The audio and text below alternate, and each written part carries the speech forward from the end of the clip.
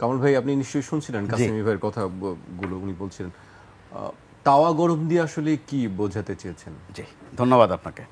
রূপক অর্থে ব্যবহার করেছেন শব্দটা। তিনি নিজে যে এলাকার মানুষ, অর্থাৎ কুমিল্লা 14 গ্রাম, ওখানে বলা হয় খোলা গরম করা, ওই আঞ্চলিক শব্দ এটা। কাশেমি ভাই যে এলাকায় আছেন, অর্থাৎ রাজধানীর পুরান ঢাকা এলাকায়, ওখানে ব্যবহার হয় বলা যায় টেম্পো তোলা, অর্থাৎ গরম করা। মূল কথা হচ্ছে গরম করা। তো গরম তো আমরা মাশাআল্লাহ আছি, এ গরম 5 আগস্টে যে গরম তৈরি হয়েছে বা গরমের একটা পর্যায় শেষ হয়েছে, এরপরে যে গরমটা থেমে গেছে তা কিন্তু নয়।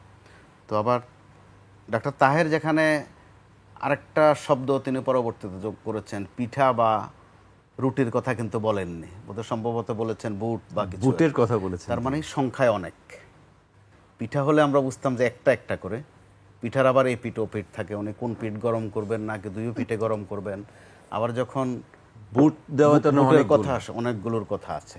তো জামাতের নেতৃত্বে এখন কাসেমি ভাই সহ বেশ কয়েকটি দল আছে, এটা একটা মেরুকরণ। কিন্তু ওয়ালটন এখন দেশের সীমানা পেরিয়ে পৌঁছে গিয়েছে 50টিরও বেশি দেশে। ওয়ালটন, ঘরে ঘরে, বিশ্বজুড়ে।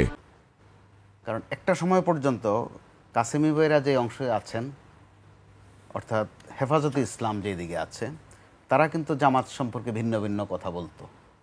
এমন এমন কথাও এসেছে জামাত মুসলিম কিনা, এই প্রশ্নও কিন্তু উঠেছে। পরবর্তীতে আবার দেখা গেছে খায় খাতিরও হয়েছে। তো ভবিষ্যতে আবার এই খায় খাতির থাকবে কিনা বা আবার কোনো ইস্যুতে ভাঙবে কিনা, সেটা সম্ভবত এই তাওয়া গরমের উপর নির্ভর করতে পারে। তো আমরা সাদা চোখে যেটা দেখছি, ডাক্তার তাহের না বললেও আমরা বুঝছিলাম যে জামাত একটা মোটামুটি মাঠ গরম করছে, আর তাদের পজিশন আসলে ভালো আগের চেয়ে।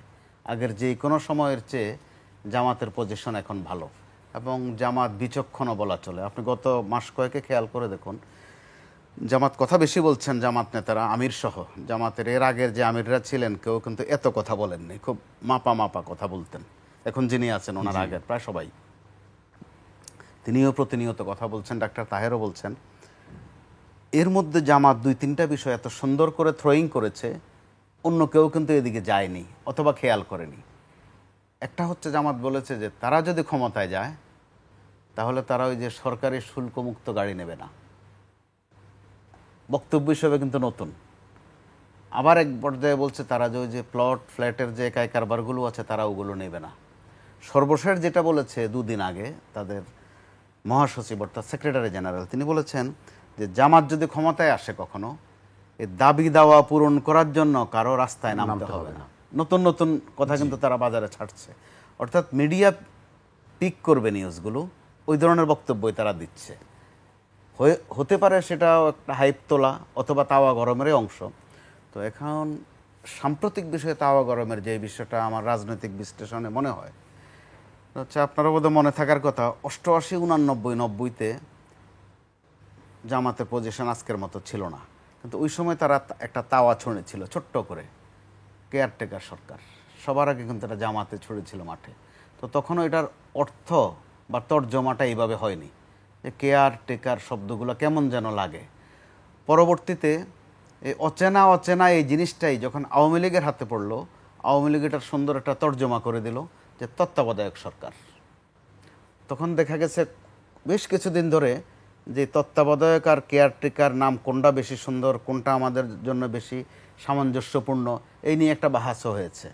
জামাতের পক্ষ থেকে বলা হতো যে এটা কেয়ারটেকার সরকার গোলাম আজমের আবিষ্কার, এভাবে ছড়া দিয়ে তারা বলতো। আবার আওয়ামী লীগ থেকে বলতো যে এটা শেখ হাসিনার ব্রেন চাইল্ড, তার মস্তিষ্ক থেকে এটা এসেছে। এ নিয়ে আন্দোলন হলো, নানান কিছু হলো। এক পর্যায়ে যখন তত্ত্বাবধায়ক সরকার ওকে হলো, পাশ হলো, তখন বিএনপির থেকে ওই ধরনের একটা স্লোগান ছিল যে তত্ত্বাবধায়ক সরকার খালেদা জিয়ার উপহার। অর্থাৎ কোন জিনিস তাওয়ার থেকে কে কিভাবে তুলে নেবে, 2 পিঠ গরম করবে নাকি 1 পিঠ গরম করবে, না আধা কাঁচা অবস্থায় তুলে নিয়ে কে ক্যাশ করবে, এটা কিন্তু বাংলাদেশে আছে। তো সাম্প্রতিক সময়ে জামাত যে ক্যাশ করছে রাজনীতিতে অনেক কিছু, এটা কিন্তু পরিষ্কার। জাকসু নির্বাচনে কিন্তু তাওয়া গরম করে ক্যাশ হতে পারে, হচ্ছে। তো জামাত আপনি ওই সময় দেখেন, এই কেয়ারটেকার আন্দোলনের সময় আওয়ামী লীগের সাথে তাদের যে একটা মধুমিলনের মতো অবস্থা কিন্তু ছিল, এটা ইতিহাসের অংশ। অত্যন্ত সখাসখি অবস্থা ছিল তারা। একটা পর্যায়ে তারা কিন্তু আবার বিএনপির সাথেও এসেছে। আবার বিএনপির সাথে এসে কিন্তু লস করেনি, 17-18টা আসন পেয়েছে, 2টা মন্ত্রিত্ব পেয়েছে, অর্থাৎ লোকসানের কিছু নাই। আবার আপনি যদি, আমি এতটুকু বললে ইতিহাসটা খণ্ডিত হয়ে যায়, জামাতের বাংলাদেশে রাজনীতির অর্থাৎ সংসদীয় রাজনীতির অভিষেক কিন্তু আওয়ামী লীগের হাত ধরে। সেটা হচ্ছে 1986 সালে বিএনপিকে একা রাজপথে ফেলে আওয়ামী লীগ এবং জামাত সুন্দর করে সংসদে চলে গেছে। তো সংসদে যাওয়ার পর কিন্তু ওই সময় একটা আলোচনা ছিল যে জামাত লস করলো কিনা। কিন্তু আপনি মনে করে দেখুন, একটা আলোচনা ছিল কোনো একদিন দিনের মধ্যভাগে যে আওয়ামী লীগ পদত্যাগ করে বসে কিনা এরশাদকে বিপদে ফেলার জন্য। আলোচনা চলছে নানান জায়গায়, প্রেস ক্লাব, পল্টন, এই কেন্দ্রিক। দেখা গেল যে জামাত কিন্তু পদত্যাগে ফার্স্ট হয়ে গেল, বিকালেই পদত্যাগ করে ফেলছে। এরশাদ সাহেবকে কিন্তু একটা ভালো বিপদে ফেলে দিল। আবার এরশাদ সাহেব ওই পরিস্থিতি ফেস করতে গিয়ে আওয়ামী লীগের কিন্তু আর পদত্যাগ করারও সুযোগ হলো না, এরশাদ সাহেব পার্লামেন্টে ডিজলভ করে দিলেন।